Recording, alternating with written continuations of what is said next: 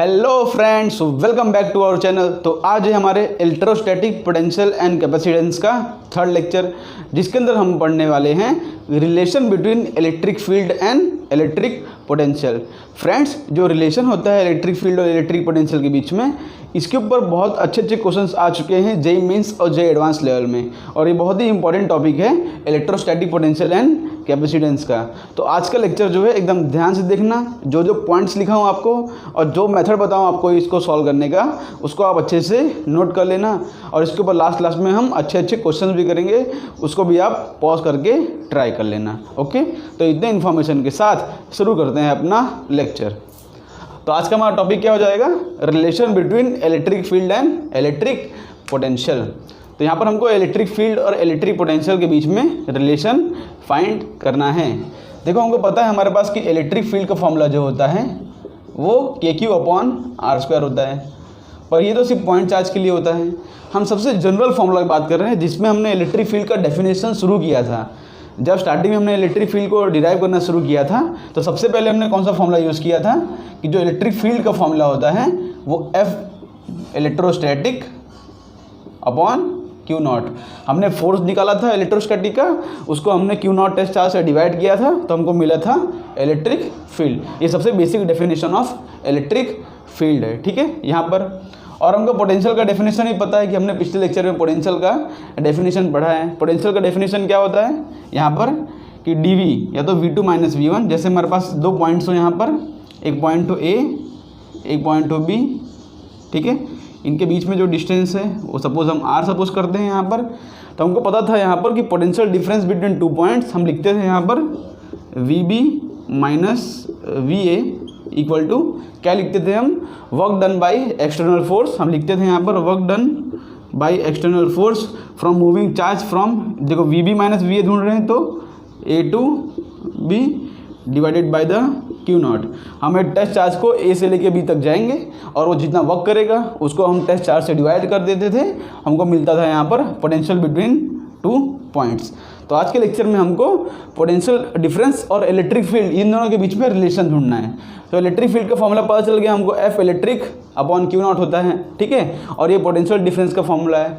और एक हमने फॉर्मूला पढ़ा था पहले चैप्टर में, मतलब इसका पहला वीडियो में हमने क्या पढ़ा था कि जो work done by external force is equal to negative of work done by the electrostatic force. ये फॉर्मूला हमने पढ़ा था। होप करता हूँ आपको ये फॉर्मूला याद होगा। हमने बोला था कि चेंज इन काइनेटिक एनर्जी अगर जीरो हो सिस्टम का, मीन्स ये Q0 चार्ज को अगर हम स्लोली मूव करें यहाँ से यहाँ तक, तो work done by external force equal to negative of work done by electrostatic force. ये आता था हमारे पास ये रिलेशन, ठीक है। तो वही रिलेशन को आज हम यहाँ पर यूज़ करते हैं, बिकॉज हमारे पास जो फोर्स है वो इलेक्ट्रोस्टैटिक फोर्स है। तो वही रिलेशन हम यहाँ पर यूज़ करेंगे, ठीक है। तो यहाँ पर देखो हम यूज़ करता हूँ, हो जाएगा VB - VA यूज़ कर सकता हूँ, और एक्सटर्नल फोर्स की जगह पर मैं negative of work done by the electrostatic force divide by Q0। अब देखो यहाँ पर A से लेके B तक हम वर्क कर रहे हैं, A से लेके B तक, और हमारे पास फोर्स कौन सा लग रहा है? हमारे पास फोर्स लग रहा है Q0 पर जो फोर्स लग रहा है वो इलेक्ट्रोस्टैटिक फोर्स है। तो इलेक्ट्रोस्टैटिक फोर्स का वर्क डन क्या आएगा? यहाँ पर लिख दो, वर्क डन बाय इलेक्ट्रोस्टैटिक क्या आएगा? वर्क डन बाय इलेक्ट्रोस्टैटिक आएगा F electrostatic dot dr vector, F electrostatic dot dr vector, ठीक है। बिकॉज इसको डिस्टेंस अगर हम dr लें, बिकॉज स्मॉल डिस्टेंस लेते हैं इसको हम, तो इसको अगर dr लूँ तो work done by electrostatic force क्या हो जाएगा? F electrostatic dot dr vector, ठीक है। फोर्स इंटू डिस्प्लेसमेंट होता है हमारा, ये dr जो है हमारा डिस्प्लेसमेंट है from A to B। dr जो है हमारा डिस्प्लेसमेंट, ठीक है, dr वेक्टर होता है, उसका भी डायरेक्शन डिफाइन कर देते हैं। A से लेके B तक हमारा डिस्प्लेसमेंट है। मैंने यहाँ पे dr का डायरेक्शन डिफाइन कर दिया, बिकॉज dr जो होता है वेक्टर, डिस्प्लेसमेंट होता है वो वेक्टर क्वांटिटी होता है। तो हमने dr का डायरेक्शन डिफाइन कर दिया और इलेक्ट्रोस्टैटिक फोर्स आ गया F electrostatic dot dr vector. देखो, अगर हम यहाँ पर Q0 चार्ज रखेंगे तो उस पर इलेक्ट्रोस्टैटिक फोर्स इस डायरेक्शन में लगेगा, ठीक है, और dr वेक्टर दोनों सेम डायरेक्शन में है, तो वर्क डन आएगा F इलेक्ट्रोस्टैटिक डॉट dr, ठीक है। अब इसको हम यहाँ पर पुट कर सकते हैं। ये सब काम क्यों कर रहे हैं? हमको पोटेंशियल और इसके बीच में रिलेशन फाइंड करना है। यहाँ पर देखो क्या हो जाएगा मेरा, ये हो जाएगा मेरा VB minus V A equal to work done by electrostatic force क्या रहा है, F electrostatic dot D r minus of F electrostatic dot D R vector. ठीक है यहाँ पर, और नीचे तो यहाँ पर क्यू नॉट है ही और ये माइनस पहले से था, डिवाइड बाई क्यू नॉट। ठीक है, अब देखो हमको यहाँ पर पता है कि F electrostatic divide by Q not क्या होता है मेरा, इलेक्ट्रिक फील्ड। ये फॉर्मूला तो सारे किसके लिए वैलिड है, ये जो हमारा फॉर्मूला था के क्यू अपॉन आर स्क्वायर वो तो सिर्फ पॉइंट चार्ज के लिए वैलिड था, इसलिए हमने ये जनरल फॉर्मूला यूज़ किया। ठीक है, जिससे हमारे सारे केसेस के लिए आंसर आ जाए। तो ये पॉइंट को यहाँ से मैं लिखता हूँ, यहाँ पर छोटा सा लिख देता हूँ, F electrostatic equal to F electrostatic dot D R vector. उसके बाद हम फर्दर देखते हैं इसको फर्दर मैं किस तरह से लिख सकता हूँ यहाँ पर, V B minus V A equal to, अब जो F electrostatic upon q naught है उसकी जगह मैं इलेक्ट्रिक फील्ड लिख सकता हूँ, तो negative of E vector dot D R vector. अब जब V V minus V A है, बिकॉज ये डिस्प्लेसमेंट हमारा स्मॉल है, तो जो V V minus V A इसको मैं डी वी लिख सकता हूँ, d V equal to E electric field dot D R vector.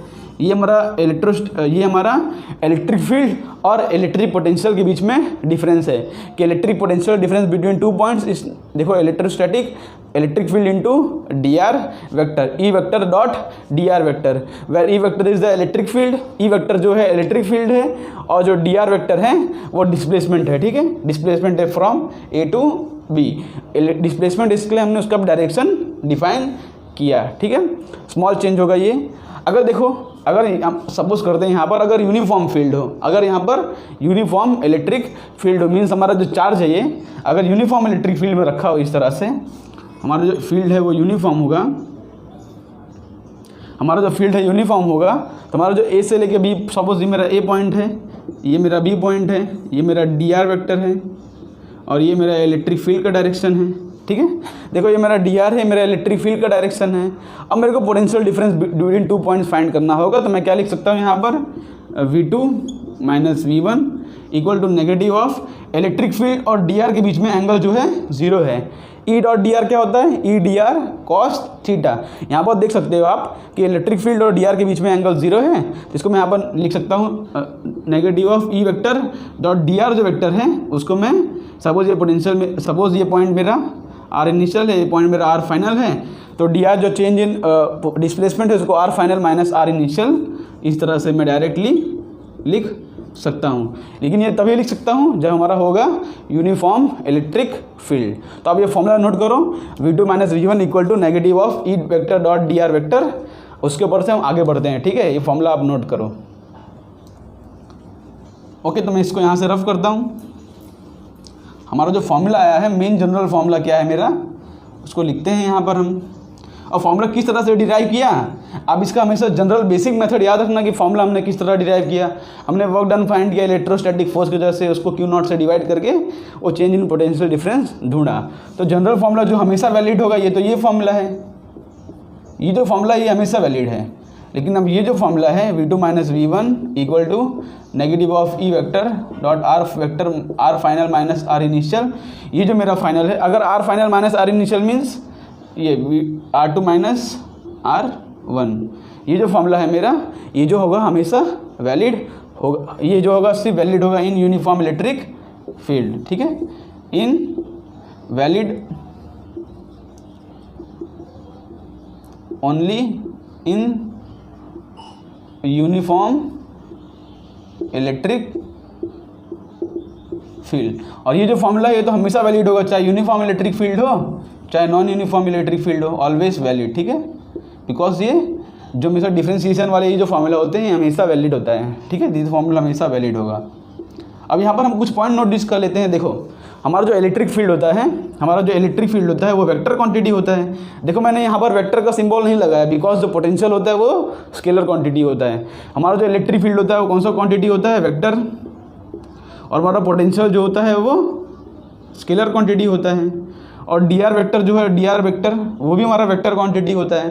ठीक, तो देख रहे हो यहाँ पर दो वेक्टर का डॉट प्रोडक्ट का आंसर हमेशा क्या आता है, स्केलर।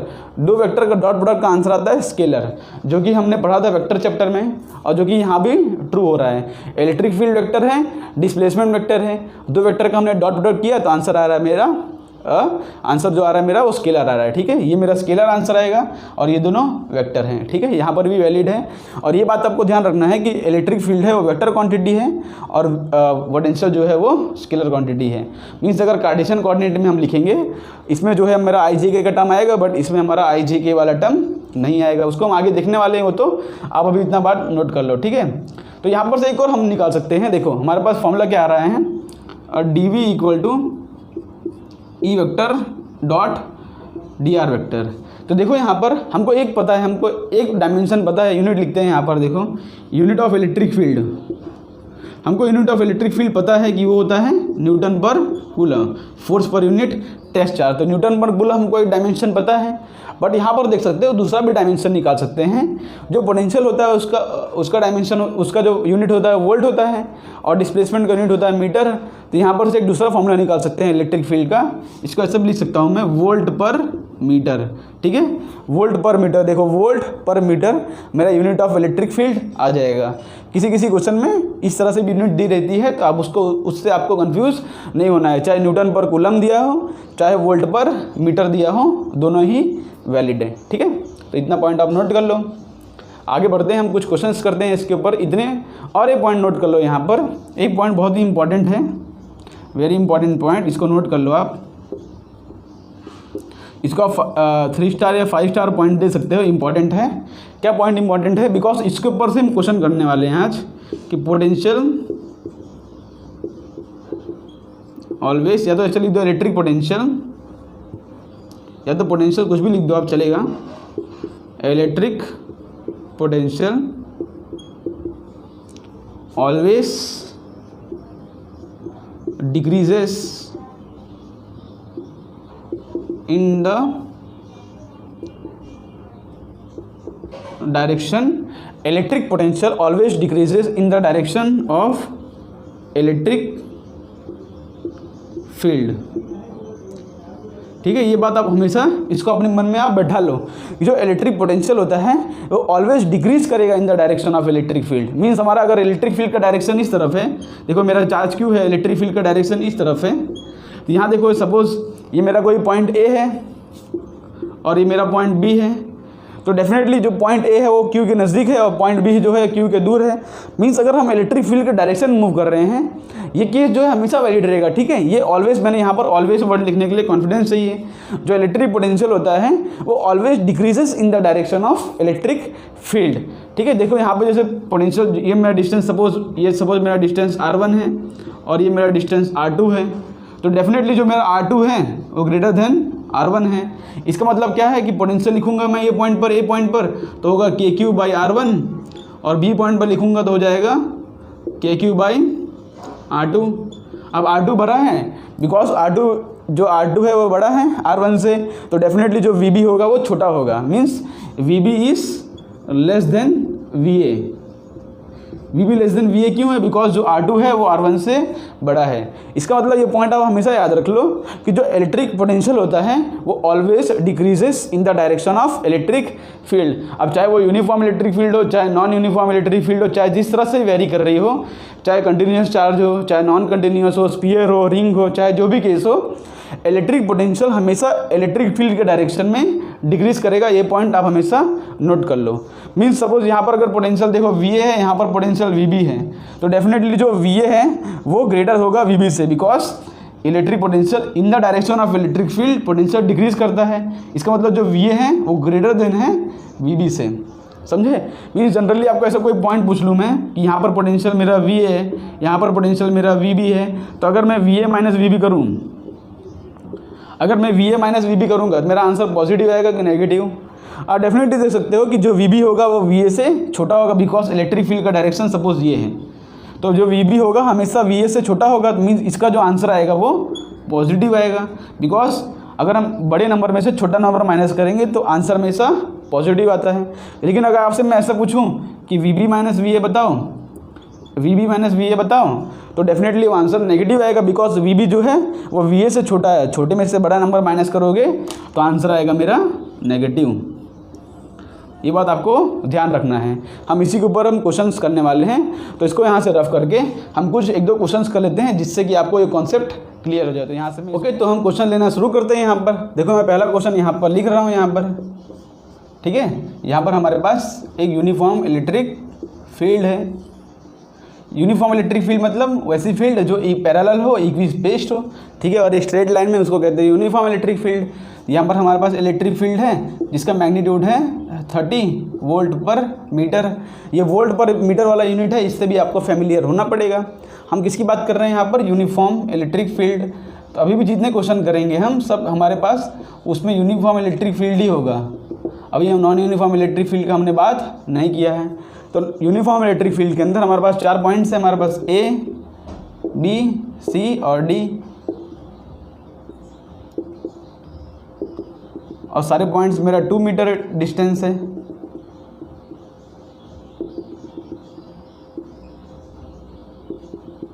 मीन्स सब पॉइंट जो है मेरे वो 2 मीटर डिस्टेंस पर हैं। तो सबसे पहला क्वेश्चन मेरा यहाँ पर है कि V B minus V A. आप electric field V B minus V A मुझको बताओ यहाँ पर कि V B minus V A क्या होगा?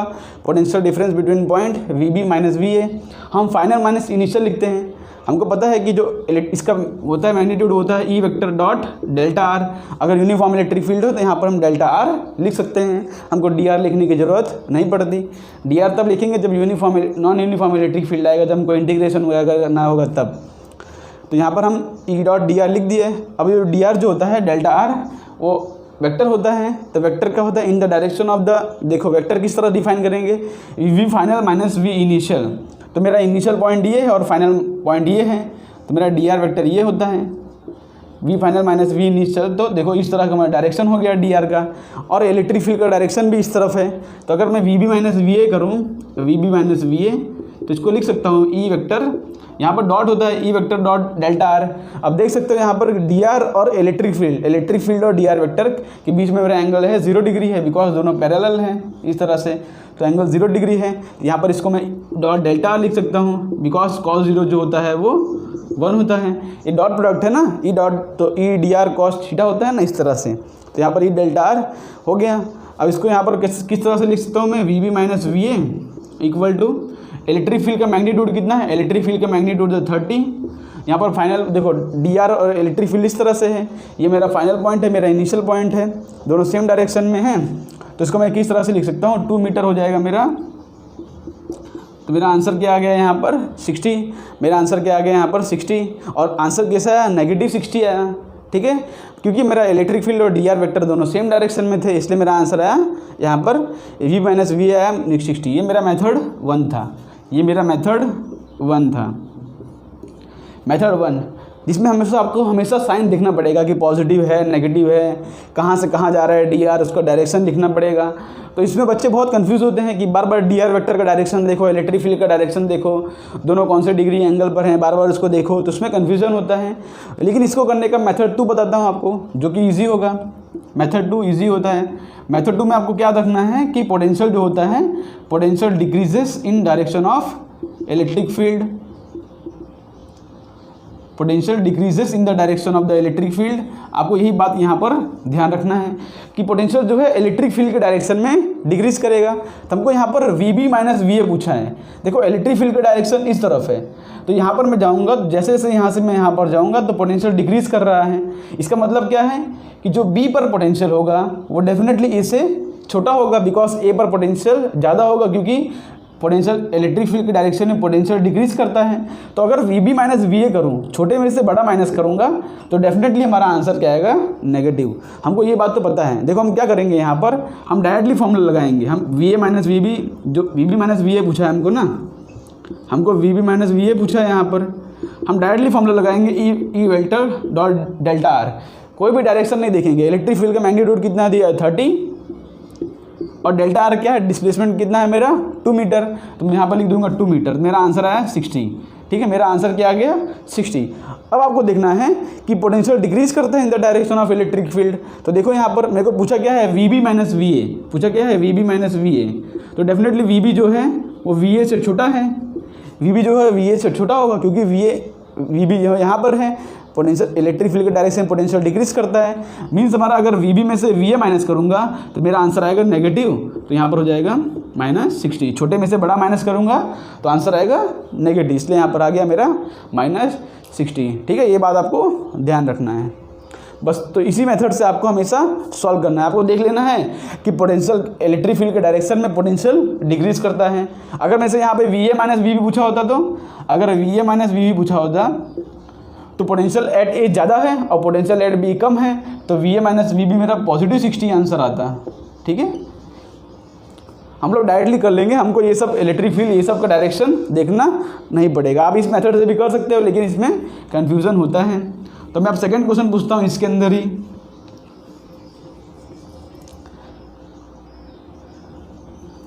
इसके अंदर हमारा सेकंड क्वेश्चन हो जाएगा, ये मेरा 30 वोल्ट पर मीटर।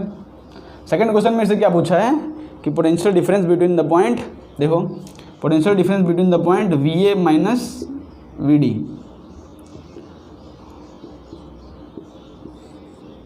ठीक है, हमको पूछा क्या है VA माइनस VD। हमारा सेकंड क्वेश्चन है कि A और D के बीच में हमको पोटेंशियल डिफरेंस फाइंड करना है। तो यहाँ पर इसको फॉर्मूला लिख सकते हैं, डायरेक्ट क्या लिखेंगे हम, VA minus VD equal to E dot delta R। अब हमको देखना है यहाँ पर, हमको क्या देखना है यहाँ पर, हमको कोई साइन नहीं देखना है कि डेल्टा R का डायरेक्शन किस तरफ है, बस हमको देखना है कि E DR delta R electric field के बीच में एंगल कितना है, बिकॉज डॉट प्रोडक्ट है। तो देखो ये मेरा DR वेक्टर है और ये मेरा इलेक्ट्रिक फील्ड का वेक्टर है। देखो ये मेरा DR है, ठीक है, बिकॉज हमको A और D पॉइंट के बीच में ढूंढना है ना। तो यहाँ पर मेरा जो डेल्टा R है वो ये हो जाएगा, ये मेरा डेल्टा R। ठीक है, तो डेल्टा R का सिर्फ आप मैग्नीट्यूड ढूंढ लो कितना है, ये 2 मीटर है, ये 2 मीटर है, तो हम इसको पाइथागोरस थ्योरम से ढूंढ सकते हैं। क्या हो जाएगा मेरा डेल्टा R क्या आ जाएगा, 2 square plus 2 square, 2 square plus 2 square. तो बाहर से 2 स्क्वायर कॉमन आ गया, बाहर बचा 2, अंदर बचा 2√2, मीन्स मेरा आंसर हो जाएगा ये 2√2। तो यहाँ पर ये मेरा मैग्नीट्यूड हो जाएगा इसका 2√2। बस आपको इतनी बात का ध्यान रखना है, यहाँ पर इसका मैग्नीट्यूड कितना हो जाएगा 2√2। या तो आप ऐसे नहीं देखो, तो आप इतना देख लो खाली कि डेल्टा R ये है और मेरा DR ये है और मेरा इलेक्ट्रिक फील्ड का डायरेक्शन इस तरफ है। तो इन दोनों के बीच में एंगल कितना है वही देख लो आप। डेफिनेटली एंगल कितना होगा, 45 डिग्री होगा। एंगल कितना होगा 45 डिग्री, बिकॉज ये स्क्वायर है, तो ये डायगोनल कनेक्ट कर रहा हूँ, तो ये मेरा एंगल होगा 45 डिग्री। आप दोनों मेथड से कर सकते हो। तो ये 45 डिग्री है, तो यहाँ पर देखो क्या हो जाएगा, इलेक्ट्रिक फील्ड कितना है मेरा, 30 वोल्ट पर मीटर। ठीक है, DR डेल्टा R कितना है मेरा, डेल्टा R कितना हो जाएगा मेरा 2√2, डेल्टा R कितना हो जाएगा 2√2, तो इंटू हो जाएगा 2√2 और कॉस थीटा कितना है मेरा cos 45, तो cos 45 हो जाएगा 1/√2। तो इससे कैंसिल, मेरा आंसर क्या आ जाएगा 60। मेरा आंसर क्या आ रहा है 60। लेकिन फिर से हमको देखो VA माइनस VD पूछा है, तो पोटेंशियल एट A ज़्यादा होगा, बिकॉज D जो है आगे पॉइंट पर है और A मेरा पीछे पॉइंट पर है, तो पोटेंशियल एट A मेरा ज़्यादा होगा। तो डेफिनेटली VA जो होगा वो ग्रेटर देन VD होगा, VA जो होगा ग्रेटर देन VD। तो VA माइनस VD पूछा है, मतलब बड़ी में से छोटा माइनस करना है, तो आंसर तो पॉजिटिव आएगा। ठीक है, इसी मेथड से आपको हमेशा सॉल्व करना है। कोई मतलब एंगल नहीं देखना है आप और डायरेक्शन नहीं देखना है आपको। देखो जो डेल्टा R होता है ना, E डॉट DR, तो इनके बीच में एंगल 45 डिग्री है और इसका मैग्नीट्यूड कितना है 2√2। यहाँ पर 30 इंटू 2√2 इंटू कॉस थीटा जो हो जाएगा मेरा cos 45 जो हो जाएगा मेरा 1/√2। इसको मैं ऐसा लिख सकता हूँ ना, E delta R cos theta. तो cos थीटा जो है मेरा 1/√2 यहाँ पर हो गया। ओके, तो यहाँ पर होप करता हूँ आपको ये क्वेश्चन समझ पड़ा होगा। अब यहाँ पर मेरा इसके अंदर लास्ट क्वेश्चन बताओ, सबसे लास्ट क्वेश्चन मेरा क्या है कि potential difference between point A and potential difference between point C। हमको पोटेंशियल डिफरेंस पॉइंट A और पॉइंट C के बीच में ढूंढना है। तो इस बार मेरा DR वेक्टर क्या हो जाएगा, फाइनल माइनस इनिशियल, ये फाइनल है इनिशियल है, हमको कोई डायरेक्शन देखना नहीं है, हमको क्या देखना है directly E vector dot delta R देखना है हमको सिर्फ। तो इलेक्ट्रिक फील्ड का मैग्नीट्यूड कितना है यहाँ पर, इलेक्ट्रिक फील्ड का मैग्नीट्यूड है 30 dot delta R। Electric field और डेल्टा R के बीच में एंगल कितना है, ये मेरा इलेक्ट्रिक फील्ड का डायरेक्शन है, देखो ये मेरा इलेक्ट्रिक फील्ड का डायरेक्शन है और ये मेरा डेल्टा R हो जाएगा, ये मेरा क्या हो जाएगा डेल्टा R। तो इलेक्ट्रिक फील्ड और डेल्टा R के बीच में एंगल कितना बन रहा है यहाँ पर, इस बार 90 डिग्री बन रहा है। तो यहाँ पर क्या हो जाएगा मेरा, देखो इसको इस तरह से लिख सकता हूँ, E delta R cos theta, यहाँ पर E30 है, ये 2 है, बट यहाँ पर cos 90 हो जाएगा। cos 90 क्यों हो जाएगा? इलेक्ट्रिक फील्ड और इसके बीच में एंगल कितना है? 90। यहाँ पर मेरा आंसर क्या आ जाएगा? 0। यहाँ पर मेरा आंसर क्या आ जाएगा? 0। डेफिनेटली बिकॉज इलेक्ट्रिक फील्ड के ये जो पॉइंट होंगे यहाँ पर, ये जितने पॉइंट होंगे यहाँ पर, ये जो है इलेक्ट्रिक फील्ड के परपेंडिकुलर है। इलेक्ट्रिक फील्ड के परपेंडिकुलर जो होता है उसमें हमारा पोटेंशियल क्या आता है? 0। हमने पिछले लेक्चर में पढ़ा था कि डाइपोल के केस में हमने परपेंडिकुलर बाइसेक्टर पे हमने सारा पोटेंशियल 0 फाइंड किया था यहाँ पर। तो इलेक्ट्रिक फील्ड के परपेंडिकुलर यहाँ पर लिख दो, इलेक्ट्रिक फील्ड के परपेंडिकुलर हमारा जो पोटेंशियल होता है वो 0 होता है इन यूनिफॉर्म इलेक्ट्रिक फील्ड। इसको हम इक्विपोटेंशियल सरफेस में भी पढ़ेंगे कि जो इक्विपोटेंशियल सरफेस मतलब यहाँ पर जितने भी पॉइंट्स होंगे सब पर हमारा पोटेंशियल 0 होगा। तो ये बात आपको ध्यान रखना है कि अगर यूनिफॉर्म इलेक्ट्रिक फील्ड हो तो इलेक्ट्रिक फील्ड के परपेंडिकुलर मेरा जो होगा वो मेरा क्या होगा? पोटेंशियल 0 होगा। पोटेंशियल 0 होगा मीन्स आपको कैलकुलेट करने की जरूरत नहीं है। आपको 2 पॉइंट अगर परपेंडिकुलर दिया है तो उसके बीच में डायरेक्टली हमारा कितना हो जाएगा? पोटेंशियल 0 हो जाएगा। ठीक है, मीन्स यहाँ पर ये दोनों, यहाँ पर जितने भी पॉइंट लो, यहाँ पर A B, यहाँ पर X Y Z जितने पॉइंट लोगे, यहाँ पर जितने पॉइंट ले लो, ये सब में पोटेंशियल कितना होगा? इक्वल। यहाँ पर कोई भी मैं ऐसे लाइन ड्रॉ कर दूँ परपेंडिकुलर, तो यहाँ पर जितने पॉइंट लूँ ये सब पॉइंट पर पोटेंशियल इक्वल, यहाँ पर जितने पॉइंट लूँगा ये सब पॉइंट पर पोटेंशियल इक्वल, पर यहाँ पर और यहाँ पर पोटेंशियल इक्वल नहीं होगा बिकॉज ये दोनों इलेक्ट्रिक फील्ड के डायरेक्शन में जा रहे हैं। हम परपेंडिकुलर की बात कर रहा हूँ। ठीक है, परपेंडिकुलर डायरेक्शन में जितने पॉइंट्स होंगे वहाँ पर इलेक्ट्रिक फील्ड 0 होगा। तो होप करता हूँ आपको ये क्वेश्चन समझ पड़ा होगा। तो यहाँ से मैं इसको रफ करता हूँ और दूसरा क्वेश्चन लेते हैं हम यहाँ पर। दूसरा क्वेश्चन है कॉन्सेप्चुअल क्वेश्चन है, इसको आपको सोच समझ के आंसर देना है। ठीक है, इसको आपको सोच समझ के आंसर देना है। देखो यहाँ पर मैं लिखता हूँ in the uniform electric field, मैं यूनिफॉर्म इलेक्ट्रिक फील्ड की ही बात कर रहा हूँ। यूनिफॉर्म इलेक्ट्रिक फील्ड, ठीक है, और यहाँ पर 4 ऑप्शन देता हूँ, बताना है इसमें से कौन सा ऑप्शन आपका करेक्ट है। पहला ऑप्शन, सबसे पहला ऑप्शन क्या दे रहा हूँ? No 2 points can have same potential, पहला ऑप्शन है। दूसरा ऑप्शन क्या है? All the points are at same potential, और तीसरा ऑप्शन क्या है? The points which are separated by equal distance have same potential, और चौथा ऑप्शन क्या है? None of this.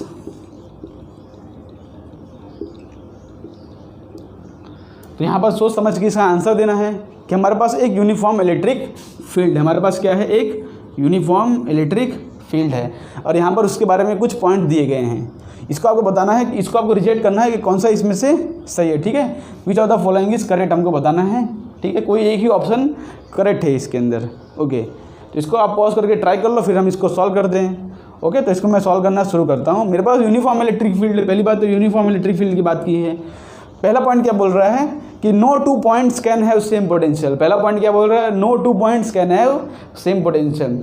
ये तो गलत है बिकॉज अभी हमने डिस्कस किया यहाँ पर कि मैं अगर परपेंडिकुलर पॉइंट ले लूँ, यहाँ पर इस तरह से परपेंडिकुलर ड्रॉ कर लूँ, तो यहाँ पर जितने भी पॉइंट्स होंगे, यहाँ पर A B C D जितने पॉइंट ले लूँ, सब पॉइंट का पोटेंशियल क्या होता है? सेम, और सब पॉइंट का पोटेंशियल क्या होगा? 0। तो पहला ऑप्शन जो है वो तो गलत है। बोल रहा है कि यूनिफॉर्म इलेक्ट्रिक फील्ड है तो कोई भी 2 पॉइंट के बीच में पोटेंशियल 0 होगा। कोई भी 2 पॉइंट में सेम पोटेंशियल नहीं हो सकता, तो वो तो गलत है बिकॉज यहाँ पर VA equal to VB equal to VC equal to VD, सब पॉइंट का पोटेंशियल सेम है जो कि इक्वल टू 0 आ रहा है।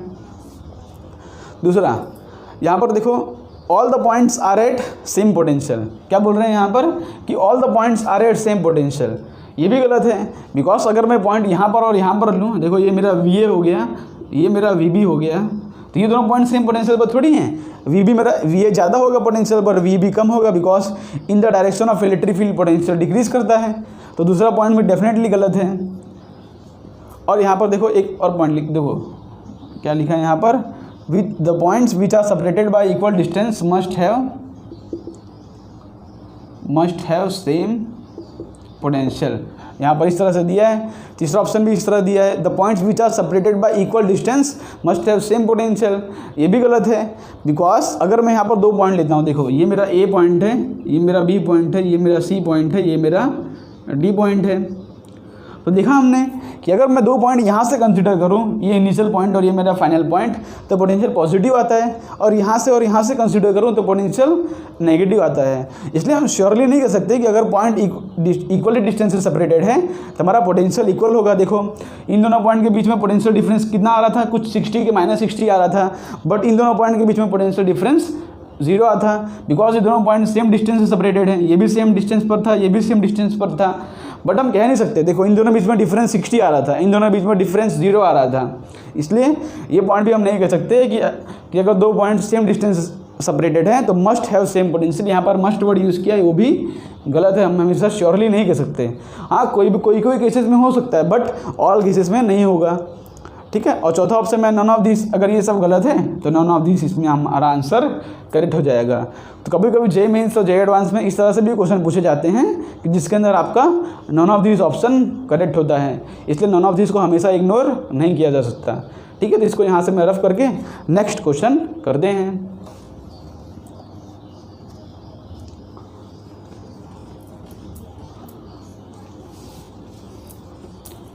देखो कुछ इस तरह से क्वेश्चन एक बार जेई में ने फ्रेम किया था, जो कि इसी पॉइंट पर था। यहाँ पर इस तरह से उन लोगों ने एक्स एक्सिस दिया था, और यहाँ पर उन्होंने वाई एक्सिस, ये एक्स एक्सिस था और ये वाई एक्सिस था, और इस बार उन्होंने इलेक्ट्रिक फील्ड इस तरह से दिया है।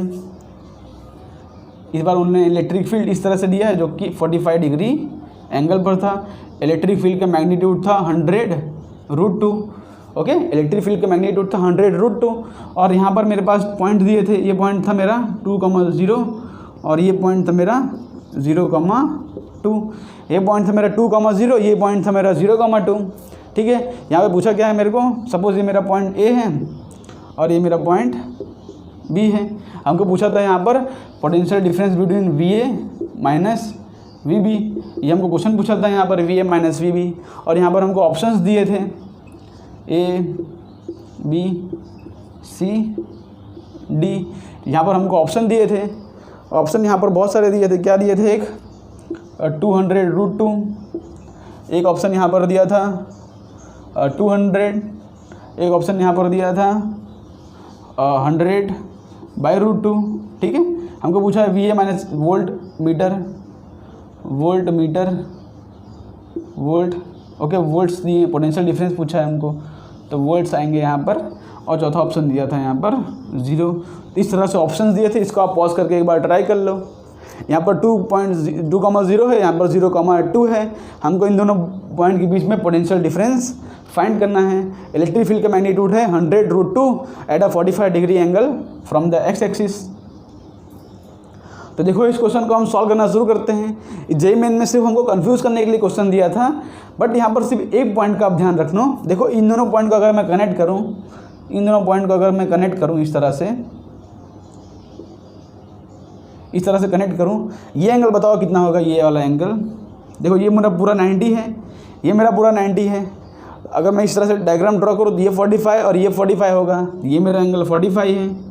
अगर ये मेरा एंगल 45 है, मीन्स हमारा जो ये एंगल होगा पूरा, ये पूरा एंगल कितना होगा 135 डिग्री, बिकॉज दोनों कितना होता है, टोटल 180 डिग्री होता है। ये एंगल मेरा हो जाएगा 135 डिग्री। अब देखो यहाँ पर इलेक्ट्रिक फील्ड जो है एक्स एक्सिस थे, इलेक्ट्रिक फील्ड जो है एक्स एक्सिस से 45 डिग्री पर है। इलेक्ट्रिक फील्ड जो है एक्स एक्सिस से 45 डिग्री पर है, मीन्स अगर 135 में से मैं 45 माइनस कर दूँ तो मेरा ये जो एंगल बचेगा वो 90 डिग्री बचेगा। ये एंगल बचेगा मेरा 90 डिग्री बचेगा। इसका मतलब क्या है कि हमको V A minus V B पूछा है। V A minus V B means हमारा डी आर वैक्टर कुछ इस तरह से होगा। ये मेरा डी आर वैक्टर है और ये मेरा इलेक्ट्रिक फील्ड का वेक्टर है। तो definitely electric field vector and D are vector के बीच में जो एंगल आ रहा है वो 90 डिग्री आ रहा है, ठीक है। Angle between electric field and D are vector is equal to 90 degree. तो ई डॉट डी आर मेरा दोनों में डॉट प्रोडक्ट क्या हो जाएगा 0। बस हमको ये क्वेश्चन में इतना ही फाइंड करना था कि इलेक्ट्रिक फील्ड और डी आर के बीच में एंगल जो है मेरा वो 0 डिग्री है। यहाँ पर मेरा आंसर क्या आ जाएगा, डायरेक्टली 0 आ जाएगा, कोई सॉल्व करने की ज़रूरत नहीं है, बिकॉज डॉट प्रोडक्ट जो है उनका 0 आ जाएगा। किस तरह से 0 आया, देखो ये 45 था तो हमने 135 ढूंढा, ये पूरा 135 होगा यहाँ से लेके यहाँ तक, तो 135 माइनस 45 ये बचेगा 90। तो यहाँ पर देख भी सकते हो आप कि ये वेक्टर और ये वेक्टर के बीच में एंगल कितना आ रहा है मेरा 90 डिग्री आ रहा है। तो मेरा आंसर क्या आ जाएगा यहाँ पर 0। तो यहाँ पर मेरा 0 जो ऑप्शन है वो करेक्ट हो जाएगा। तो होप करता हूँ आपको ये क्वेश्चन समझ में आया होगा और अच्छा लगा होगा। तो यहाँ पर इसको रफ करके आगे हम डिस्कस करते हैं, अगर नॉन यूनिफॉर्म इलेक्ट्रिक फील्ड हो तो उसको किस तरह से टैकल किया जाए, उसको देखते हैं यहाँ पर। तो अब हम बात करते हैं relation between electric field and electric potential in non uniform electric field. हमारे पास जो इलेक्ट्रिक फील्ड है वो नॉन यूनिफॉर्म है। नॉन यूनिफॉर्म मतलब ना ही वो पैरेलल रहेगी ना ही इक्विस्पेस्ड रहेगी, तो नॉन यूनिफॉर्म इलेक्ट्रिक फील्ड। अब इलेक्ट्रिक फील्ड नॉन यूनिफॉर्म हो जाएगी, मीन्स कुछ इस तरह से रैंडम इलेक्ट्रिक फील्ड हो जाएगी, इसका डायरेक्शन कोई भी डायरेक्शन फिक्स नहीं रहेगा, एकदम रैंडम इलेक्ट्रिक फील्ड रहेगा इस तरह से। इसको हम कहते हैं नॉन यूनिफॉर्म इलेक्ट्रिक फील्ड। ठीक है, इलेक्ट्रिक फील्ड यहाँ पर अब कुछ function of X Y Z रहेगा। ठीक है, इसको हम कहेंगे नॉन यूनिफॉर्म इलेक्ट्रिक फील्ड। अब यहाँ पर हमारे पास 2 पॉइंट है, एक पॉइंट है ए, एक पॉइंट है ए, एक पॉइंट है बी। अब मुझको किसी ने बोला कि potential difference between point V A minus V B ढूंढ के दिखाओ, कि means V A minus V B ढूंढ के बताओ। तब हम यहाँ पर ये फॉर्मूला नहीं लगा सकते कि negative of E vector dot delta R, ये फॉर्मूला नहीं लगा सकते बिकॉज यहाँ पर इलेक्ट्रिक फील्ड जो है नॉन यूनिफॉर्म है। तो यहाँ पर हमको कौन सा फॉर्मूला यूज़ करना पड़ेगा, जो ऑलवेज वैलिड होता है। ठीक है, वो फॉर्मूला क्या होता है हमारे पास, वो फॉर्मूला होता है D V equal to negative of E dot D R vector. अब यहाँ पर देखो कि ए और बी पॉइंट है मेरे को, यहाँ पर पोटेंशियल वी ए है, यहाँ पर पोटेंशियल वी बी होगा। लेकिन यहाँ पर जैसे कि इलेक्ट्रिक फील्ड नॉन यूनिफॉर्म है, तो यहाँ पर हम अगर डी आर जो वेक्टर है, यहाँ पर डी आर वेक्टर, उसको हम ये फॉर्मूला नहीं लगा सकते। हमारा ये जो फॉर्मूला है इलेक्ट्रिक फील्ड इक्वल टू मेरा जो फॉर्मूला है potential equal to E dot delta R, ये फॉर्मूला हम नहीं लगा पाएंगे बिकॉज हमारे पास इलेक्ट्रिक फील्ड जो है वो नॉन यूनिफॉर्म है। ठीक है, तो यहाँ पर क्या करेंगे हम, यहाँ पर हमको इंटीग्रेट करना पड़ेगा। जब नॉन यूनिफॉर्म वाला केस आता है तो हम क्या करते हैं, इंटीग्रेट। हमको potential difference between point A और पॉइंट बी ढूंढना होगा। हमको यहाँ पर छोटा सा एलिमेंट लेगा, एक छोटा सा एलिमेंट जो कि अगर ये पूरा अगर आर है तो छोटा सा एलिमेंट हमको डी आर वेक्टर लेना पड़ेगा। ठीक है, और छोटे छोटे एलिमेंट को हम पूरा इंटीग्रेट कर देंगे तो पोटेंशियल बिटवीन द 2 पॉइंट्स हमको मिल जाएगा। इसका पोटेंशियल प्लस इसका पोटेंशियल, ऐसे छोटे छोटे सारे पॉइंट का मैं पोटेंशियल ढूंढ लूँगा और सबका एडिशन कर दूंगा टोटल, तो मेरे को total potential difference between point A और पॉइंट बी हमको मिल जाएगा। इसका मतलब क्या है कि इसको हमको इंटीग्रेट करना पड़ेगा। इंटीग्रेट कहाँ से करना पड़ेगा, सपोज ये मेरा आर इनिशियल पॉइंट है, ये मेरा आर इनिशियल पॉइंट है और ये मेरा आर फाइनल पॉइंट है। ठीक है, ये मेरा आर इनिशियल पॉइंट है, ये मेरा फाइनल पॉइंट है। और आर इनिशियल पे वोल्टेज मेरा जो है वो वोल्टेज इनिशियल है और यहाँ पर जो वोल्टेज है मेरा वोल्टेज फाइनल है। ठीक, तो यहाँ पर डी वी क्या मिल जाएगा मेरे को, सब वी इनिशियल से लेके वी फाइनल तक मेरे को इंटीग्रेट करना पड़ेगा। और यहाँ पर जो डी आर वेक्टर होगा वो कहाँ से कहाँ तक होगा, आर इनिशियल से लेके आर फाइनल तक मुझको इंटीग्रेट करना पड़ेगा। तो जब भी नॉन यूनिफॉर्म वाला केस आ जाए तब हमको क्या करना पड़ेगा, हमको एलिमेंट लेके इस तरह से हमको इंटीग्रेट करना होता है। ठीक है, ये बात आपको ध्यान रखना है यहाँ पर। तो यहाँ पर ये मेरा जनरल फॉर्मूला हो जाएगा in the non uniform electric field. ठीक है, पोटेंशियल निकालना हो तो इलेक्ट्रिक फील्ड को एलिमेंट लेके इस तरह से हर पॉइंट का छोटा छोटा पोटेंशियल निकाल के हम उसको टोटल ऐड करेंगे। और टोटल ऐड करने का तरीका क्या होता है, इंटीग्रेशन। अब देखो यहाँ पर इलेक्ट्रिक फील्ड नॉन यूनिफॉर्म हो तो ये फॉर्मूला किस तरह से वैलिड होगा, देखते हैं। देखो यहाँ पर इलेक्ट्रिक फील्ड कुछ इस तरह से दी होगी, नॉन यूनिफॉर्म होगा, मीन्स वो एक्स वाई जेड कोऑर्डिनेट पर कुछ डिपेंड करेगा। यहाँ पर देखो इलेक्ट्रिक फील्ड किस तरह से दी होगी, इलेक्ट्रिक फील्ड दी हुई ई एक्स आई कैप प्लस ई वाई जे कैप प्लस ई जेड के कैप। हमको यहाँ पर डिस्प्लेसमेंट वेक्टर भी दिया होगा, हमको यहाँ पर डिस्प्लेसमेंट वेक्टर दिया होगा आर वेक्टर, जो कि हो जाएगा एक्स आई कैप प्लस वाई जे कैप प्लस जेड के कैप, इस तरह से दिया होगा। अब हमको बोला होगा पोटेंशियल फाइंड करने के लिए, तो हम क्या करेंगे, यहाँ पर देखो आर वेक्टर है, हमको डी आर वेक्टर फाइंड करना पड़ेगा। तो डी आर वेक्टर क्या हो जाएगा मेरा, डी आर जो वेक्टर हो जाएगा डी एक्स आई कैप प्लस डी वाई जे कैप प्लस डी जेड के कैप, ये हो जाएगा मेरा डी आर वेक्टर, और ये हो जाएगा मेरा इलेक्ट्रिक फील्ड का वेक्टर। ठीक है, ये मेरा डी आर वेक्टर है, ये मेरा इलेक्ट्रिक फील्ड का वेक्टर है। यहाँ पर अगर मेरे को डी वी लिखना पड़ेगा, D V equal to minus of E vector dot D R vector. ठीक है, अब इसको हमको देखो यहाँ पर तो इलेक्ट्रिक फील्ड जो है मेरा वेरिएबल है, तो यहाँ पर किस तरह से लिख सकता हूँ मैं इसको, तो डी वी हो जाएगा मेरा, डी वी हो जाएगा माइनस ऑफ, ये हो जाएगा मेरा ई एक्स आई कैप प्लस ई वाई जे कैप प्लस ई जेड के cap dot D R vector क्या है मेरा।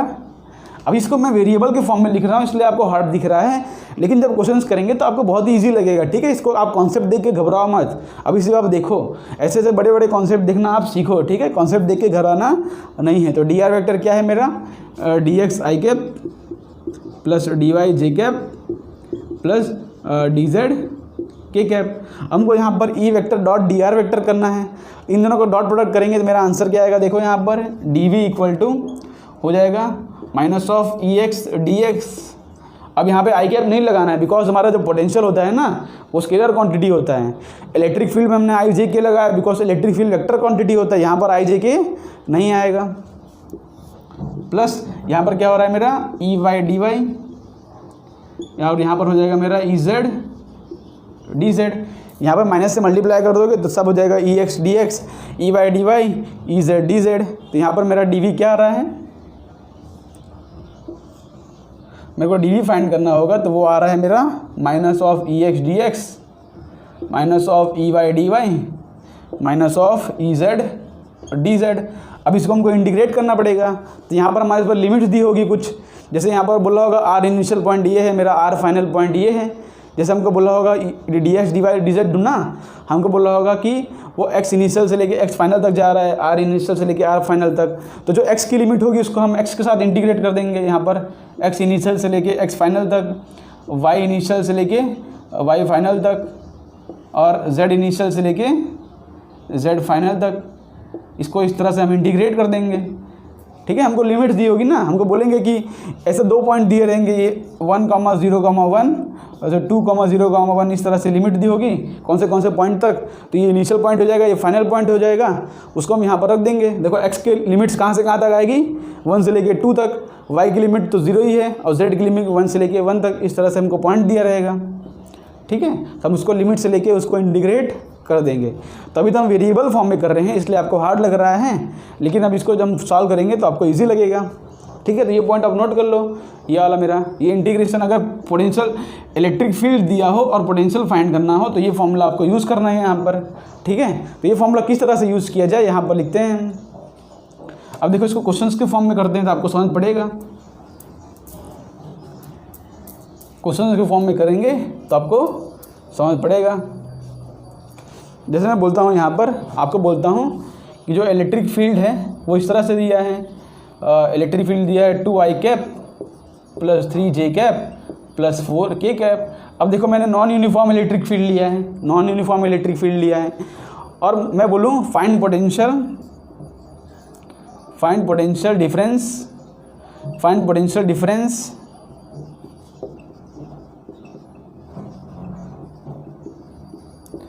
Between points 1,0,3 2,2,4। हमको ये दोनों पॉइंट के बीच में पोटेंशियल डिफरेंस फाइंड करना है। तो हमको ये फॉर्मूला पता ही है डायरेक्टली कि हमको यहाँ पर क्या करना है। इसको करना क्या है, हमको इस तरह से लिखेंगे हम D V equal to negative of, और यहाँ पर क्या लिखेंगे हम, यहाँ पर अंदर क्या लिखेंगे। ओके, यहाँ पर आगे देखो सब में नेगेटिव साइन है ही। ओके, तो यहाँ पर चलो ई एक्स डी एक्स करेंगे हम इसको, minus of E X D x. ठीक है, तो इसको क्या करेंगे हम, देखो इसको लिख देता हूँ मैं E X into D X minus of E Y into D Y minus of E Z into G Z. इस तरह से करना पड़ेगा हमको, और इंटीग्रेट करना पड़ेगा लिमिट्स में। कुछ नहीं, बहुत ही ईजी है। देखो यहाँ पर हमको ये मेरा पॉइंट है, देखो आर इनिशियल, और देखो ये मेरा एक्स इनिशियल है, वाई इनिशियल है, और जेड इनिशियल पॉइंट है। और ये मेरा x फाइनल पॉइंट है, y फाइनल पॉइंट है और z फाइनल पॉइंट है।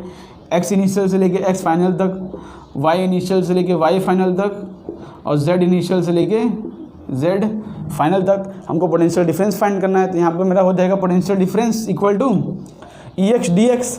तो EX मेरा क्या है, ये है, EX मेरा क्या है, 2 है, तो 2 इंटू डी एक्स, ठीक है। इंटीग्रेशन फ्रॉम कहाँ से कहाँ तक, इनिशियल से लेके फाइनल तक, 1 से लेके 2 तक, और इधर हो जाएगा यहाँ पे से कहाँ तक, EY dy। तो EY मेरा ये है 3 इंटू dy, और कहाँ से कहाँ तक पॉइंट, 0 से लेके 2 तक। कैलकुलेशन मिस्टेक हो तो आप इग्नोर कर देना, लेकिन इस तरह से आपको सॉल्व करना है यहाँ पर। और EZ dz क्या हो जाएगा, 4 है, तो 4 इंटू dz हो जाएगा मेरा। और पॉइंट्स कहाँ से कहाँ तक है, 0 से लेके 3 से लेके 4 तक। यहाँ पर मैंने x को x की लिमिट दे दी, y को y की लिमिट दे दी और z को z की लिमिट दे दी। और यहाँ पर इसको इंटीग्रेट करेंगे तो क्या आएगा मेरा, देखो 2 को इंटीग्रेट करूँगा तो हो जाएगा 2x, 2 का इंटीग्रेशन क्या हो जाएगा मेरा 2x। और कहाँ से लेके कहाँ तक, सब में नेगेटिव तो है ही, ठीक है, सब में नेगेटिव तो है ही। तो यहाँ पर dv हो जाएगा मेरा, dv हो जाएगा -2x हो जाएगा मेरा 1 से लेके 2 तक, और यहाँ पर माइनस आ रहा है, और ये हो जाएगा मेरा -3y कहाँ से कहाँ तक, 0 से लेके 2 तक, और ये क्या हो जाएगा मेरा 4z कहाँ से कहाँ तक, 3 से लेके 4 तक, ठीक है, 3 से लेके 4 तक हो जाएगा मेरा। तो यहाँ पर इसको देखो, इसको किस तरह से करेंगे अब सॉल्व। तो यहाँ पर हो जाएगा मेरा x की पुट करो एक बार, हो जाएगा -2 से लेके 2 - 1 तक, और ये हो जाएगा यहाँ पर -3 बाहर है, 2 - 0 हो जाएगा, लिमिट्स पुट कर रहा हूँ मैं, और +4 बाहर आ जाएगा, अंदर आ जाएगा 4 - 3। तो इस तरह से आप उसका आंसर निकाल सकते हो। यहाँ पर क्या आ जाएगा मेरा आंसर, यहाँ पर मेरा आंसर हो जाएगा -2 प्लस हो जाएगा -6, ये हो जाएगा मेरा 4। तो यहाँ पर मेरा आंसर क्या आ रहा है, देखो 4 - 2 हो जाएगा 2, तो 2 - 6 मेरा आंसर आ रहा है -4 वोल्ट। तो इस तरह से आपको सॉल्व करना है। ये तो मैंने सॉल्व करके दिखाया आपको कि किस तरह से आपको सॉल्व करना है।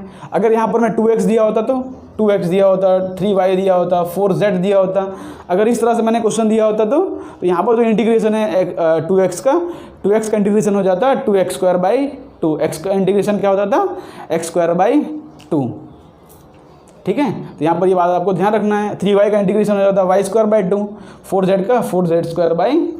तो इस तरह से इंटीग्रेशन हो जाता, कोई दिक्कत नहीं है। इंटीग्रेशन तो करने आता ही होगा आपको छोटा मोटा। जैसे कि मैं बोल रहा हूँ, यहाँ पर कुछ अगर इलेक्ट्रिक फील्ड मैंने इस तरह से दिया होता कि 3x² + 4y² j + 3z³ k, तो यहाँ पर लास्ट में इंटीग्रेशन क्या आता है, लास्ट में इंटीग्रेशन यहाँ पर आप आते तो यहाँ पर क्या हो जाता मेरा 3x³ / 3, और यहाँ पर हो जाता 4y³ / 3 प्लस 3z³ का इंटीग्रेशन हो जाएगा z⁴/4। तो वहाँ पर उसके आगे आप लिमिट्स रख के उसको सॉल्व कर लेते हैं, ठीक है। तो ये था क्वेश्चन जिसके अंदर हमको नॉन यूनिफॉर्म इलेक्ट्रिक फील्ड दिया था, ओके। तो इसको हमने सॉल्व कर लिया। इस तरह से अगर जब इलेक्ट्रिक फील्ड दी हो और पोटेंशियल हमको ढूंढना हो तो ये फॉर्मूला आपको डायरेक्ट यूज़ करना है। लेकिन अगर उल्टा दिया हो, अगर हमको पोटेंशियल दिया हो और इलेक्ट्रिक फील्ड ढूंढना हो तो किस तरह से फॉर्मूला यूज़ करना है वो देखते हैं हम यहाँ पर। अगर हमको पोटेंशियल गिवन हो और इलेक्ट्रिक फील्ड फाइंड करना हो तब क्या करना होगा हमको। देखो हमको ये फॉर्मूला पता है कि इलेक्ट्रिक फील्ड जो है, इलेक्ट्रिक यहाँ पर देखो पोटेंशियल जो था हमारा आया था वो क्या आया था मेरा EX dx i cap, sorry EX dx minus EY dy minus of EZ और dz, यहाँ तक हमको पता था। अब देखो हम क्या करेंगे, यहाँ पर आपको एक स्टेप करना है, यहाँ पर ध्यान रखो। ये स्टेप क्या है कि पार्शियली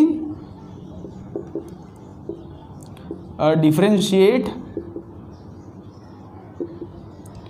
एवरी टर्म, ठीक है।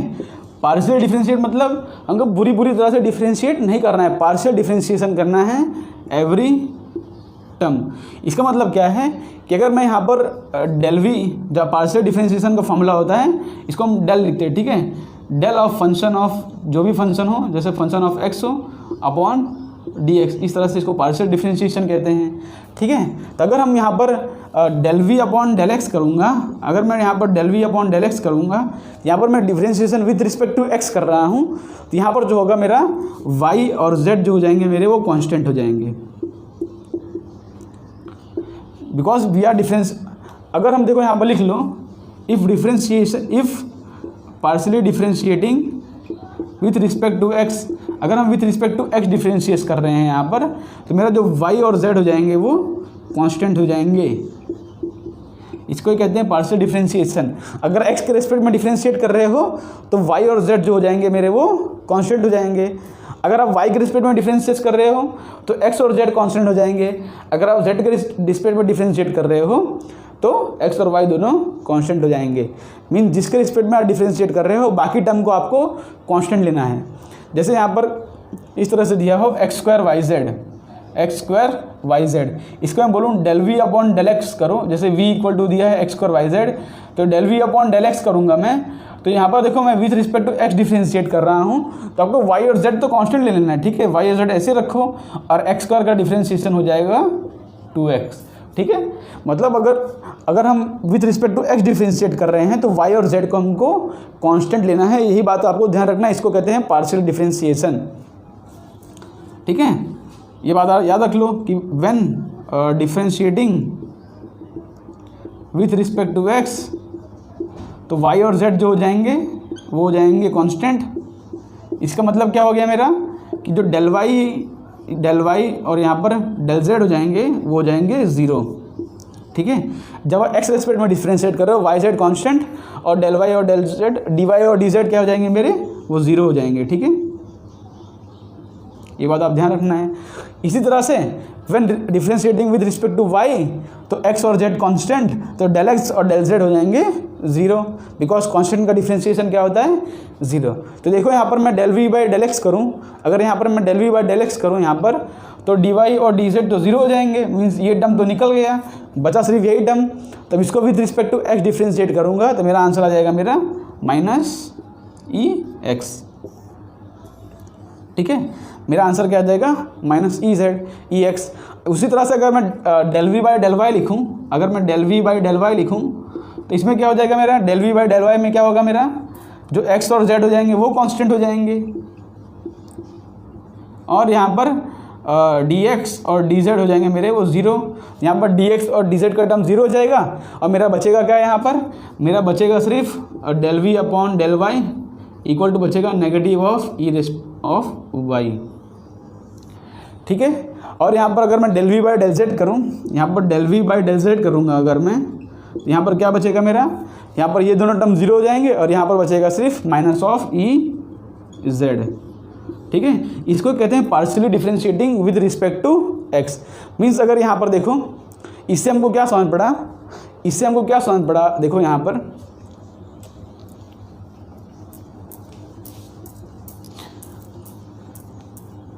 इससे हमको ये समझ पड़ा, यहाँ पर इसको मैं रफ कर देता हूँ कि अगर हमको electric field in the X direction ढूंढना होगा तो यहाँ पर मेरा फॉर्मूला हो जाएगा del V by del X, because मेरा del V by del X क्या आया था, माइनस ऑफ ई एक्स आया था, मैंने माइनस लिख दिया इस तरफ से। और electric field in the Y direction ढूंढना होगा तो del V by del Y, पूरा जो फंक्शन है पोटेंशियल का उसको with respect to Y differentiate कर देना। और मेरे को अगर electric field in the Z direction ढूंढना होगा तो हो जाएगा del V by del Z, ठीक है। ये फॉर्मूला आपका हो जाएगा। इसका मतलब यहाँ पर मेरा इलेक्ट्रिक फील्ड की वैल्यू जो आएगी उसको मैं किस तरह से लिख सकता हूँ मैं, देखो electric field in the X direction हो जाएगा del V by del X, electric field in the Y direction del V by del Y, और electric field in the Z direction हो जाएगा del V by del Z. तो अगर हमको potential दिया हो और इलेक्ट्रिक फील्ड फाइंड करना हो तो पोटेंशियल को with respect to X, with respect to Y और with respect to Z differentiate कर दो तो मेरे को इलेक्ट्रिक फील्ड मिल जाएगी यहाँ पर। तो इलेक्ट्रिक फील्ड क्या हो जाएगा मेरा, इलेक्ट्रिक फील्ड हो जाएगा minus of del V by del X into I cap minus of del V by del Y into J cap minus of del V by del Z into K cap. तो इस तरह से मेरा electric field vector form में आ जाएगा। अभी मैं variable के टर्म में लिख रहा हूँ इसलिए आपको हार्ड लग रहा है, अभी क्वेश्चन दिखाऊंगा तो आपको इजी लगेगा, ठीक है। तो यहाँ पर रफ करके हम क्वेश्चंस करते हैं, क्वेश्चन से आपको समझ पड़ेगा यहाँ पर, ठीक है। इसको मैं रफ करता हूँ। अब क्वेश्चन करते हैं, क्वेश्चन से आपको ये सारा कॉन्सेप्ट क्लियर हो जाएगा, कुछ हार्ड नहीं है इसके अंदर। देखो हमको यहाँ पर पोटेंशियल दिया है, ठीक है, पोटेंशियल दिया है हमको 2x माइनस 3y प्लस 4। चलो यहाँ पर पोटेंशियल दिया है, कुछ अलग लेते हैं variable, 2xy minus 3z square x, ठीक है। यहाँ पर इस तरह से हमको पोटेंशियल दिया है। हमको ढूंढना है यहाँ पर find electric field, find electric field at 1,0,1। हमको इलेक्ट्रिक फील्ड ये पॉइंट पर ढूंढना है। हमको पता है यहाँ पर कि इलेक्ट्रिक फील्ड क्या होगा। इलेक्ट्रिक फील्ड अगर हमको x डायरेक्शन में ढूंढना है, इलेक्ट्रिक फील्ड x डायरेक्शन में, तो हमको del v by del X करना होगा, नेगेटिव लगाना होगा। तो del v by del X क्या हो जाएगा मेरा, del v by del X हो जाएगा। मीन्स ये पूरे फंक्शन है मेरा, ये पोटेंशियल है, पूरे फंक्शन को with respect to x differentiate करो। तो with respect to x differentiate करोगे तो y और z कांस्टेंट हो जाएंगे यहाँ पर। तो यहाँ पर देखो y और z कांस्टेंट है, तो जो कांस्टेंट है उसको बाहर निकाल लो और x का डिफ्रेंशिएशन हो जाएगा 1। और यहाँ पर देखो z स्क्वायर 3 और z स्क्वायर कांस्टेंट, 3 और z स्क्वायर माइनस में बाहर निकाल लेता हूँ बिकॉज ये माइनस तो पहले से था उसका, minus of del v by del X. तो यहाँ पर 3z स्क्वायर कॉन्स्टेंट और x का डिफ्रेंशिएशन हो गया 1, ठीक है।